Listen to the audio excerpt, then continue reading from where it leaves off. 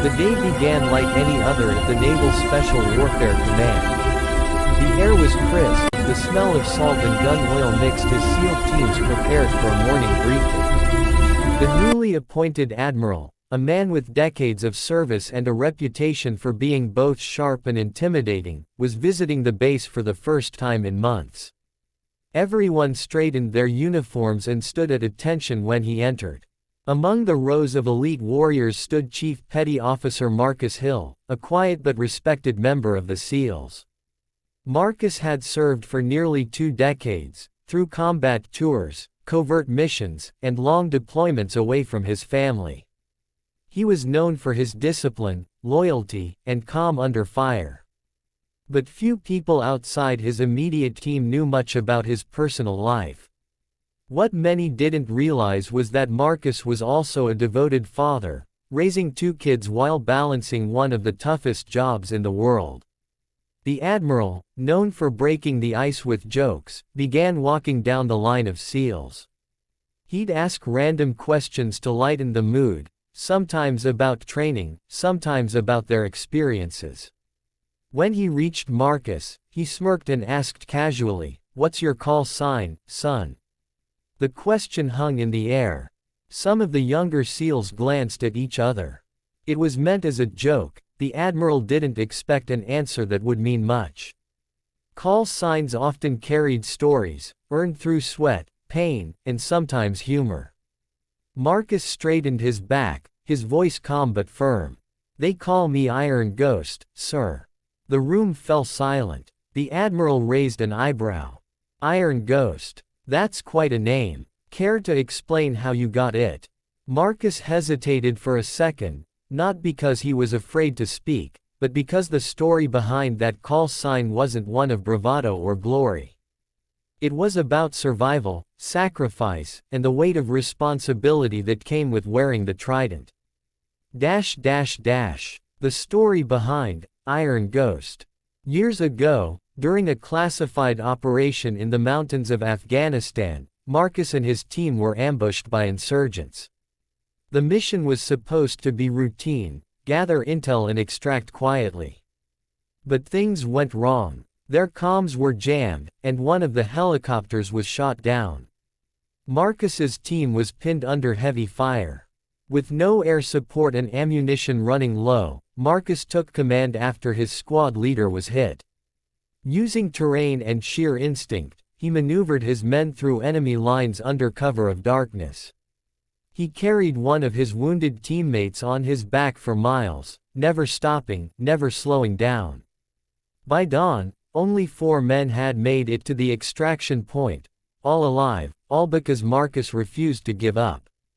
When the rescue chopper finally arrived, his teammates described what they saw in the night: Marcus moving silently through the smoke and chaos, carrying a man twice his weight, bullets flying past him, almost like a ghost that couldn't be touched. From that day, they started calling him Iron Ghost, because he was unbreakable, unstoppable, and invisible when he needed to be. The Admiral's reaction. The room was quiet as Marcus finished his story. The Admiral, once smiling, now stood still, his eyes heavy with respect. "That's one hell of a call sign," he said softly. Marcus simply nodded. "Just doing my job, sir." The Admiral took a step closer, his voice lower now. "No, Chief. That's more than a job. That's what defines leadership." From that day, the Admiral often referred to Marcus as one of the most disciplined SEALs he'd ever met. What started as a light-hearted joke turned into a lesson in humility, a reminder that behind every uniform, every call sign, there's a story of courage, pain, and sacrifice. The legacy at home. Back home, Marcus's 2 children didn't fully understand what their father did for a living.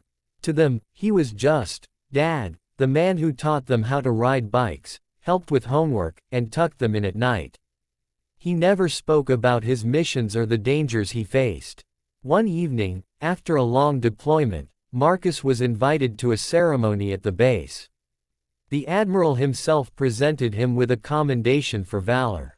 His wife and kids sat in the front row. When his call sign was announced, Chief Petty Officer Marcus Hill, aka Iron Ghost, his young son whispered, "Dad, that's the coolest name ever." Marcus smiled and replied softly, "Names don't make you strong, son. What you do for others does." That moment, captured in photographs and hearts, became part of the SEALs' quiet legacy, the idea that true strength lies not in fame, but in honor. Reflection. Years later, when Marcus retired, the same admiral, now older and grayer, attended his retirement ceremony. During his speech, he recalled that first meeting. "I once asked this man his call sign as a joke," the admiral said, looking at Marcus with pride. "But he taught me something that day: never underestimate quiet strength. Behind the calmest men often lie the greatest stories of courage." Marcus simply smiled, shook his hand, and said, "We all carry our ghosts, sir. Mine just taught me how to fight." Closing thoughts. Iron Ghost became a symbol, not just of one man's bravery, but of the silent resilience of every soldier who serves with humility. It reminded everyone that sometimes, heroes don't announce themselves. They move in the shadows, carrying others to safety, fighting battles the world will never hear about. And for Marcus Hill, the Iron Ghost, that was enough.